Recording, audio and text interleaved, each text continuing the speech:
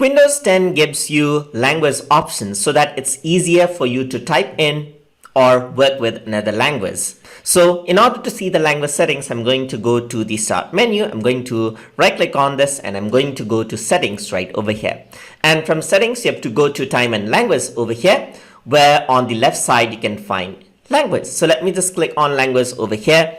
And right now my language default is English United States, as you can see right over here. So if I want to add in language, or I can choose, I can actually click over here. You might have options or might not, depending on your computer right over here. So over here, if you want to add in language, then you can go over here. You can see that there's English United States as a default language and the keyboard layout. So if I were to go over here, go to options right here, I can see that I have this language.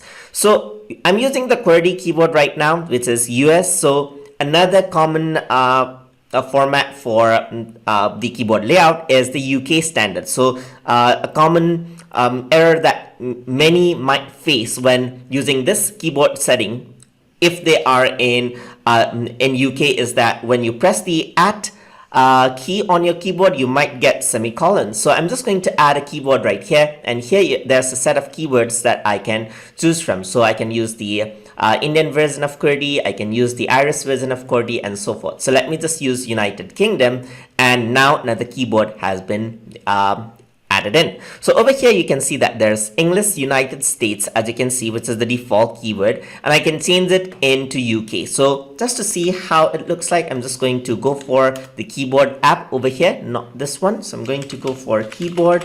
That is the on-screen keyboard, and you can see that this is how it looks like. So you can see right here, this is where the @ is right now, and this is where the semicolon is right now. So if I were to change this out into US, you can see that some of the keyboard layout actually changes out. Similarly, I can add in other keyboards over here as well for more control, as you can see. So if you're using a Deborah keyboard for left hand, then you're using a different one. So I'm just going to go over here and I'm going to choose the Deborah now. So I'm just going to use this, and you can see that the keyboard layout is now changed just like that. So this is how you can add in different keyboard layouts as well. There's also different regional format settings right over here. You can add, you can choose, there's different speed settings right over here, which you can use as well. So now let me just go over here. There's the English. You want to add in another language for say, then you can actually click on add a preferred language, search for the language that you want to add right over here. So you can go over here. So let's say I want to search for something like Hindi. So I'm using the Deborah keyboard, so you can see that now I'm not typing it correctly. So I'm just going to change from Deborah to US English keyboard right here. So I'm going to say Hindi. Now it types correctly, and you can add this language right over here, as you can see. So it's searching for the language features, and now I can install it out once it loads out. So as you can see, it is loading, and it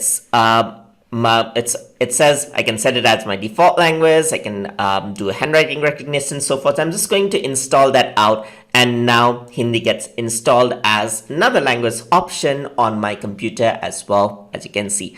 And this is how you can set different language settings inside of Microsoft Windows, choose different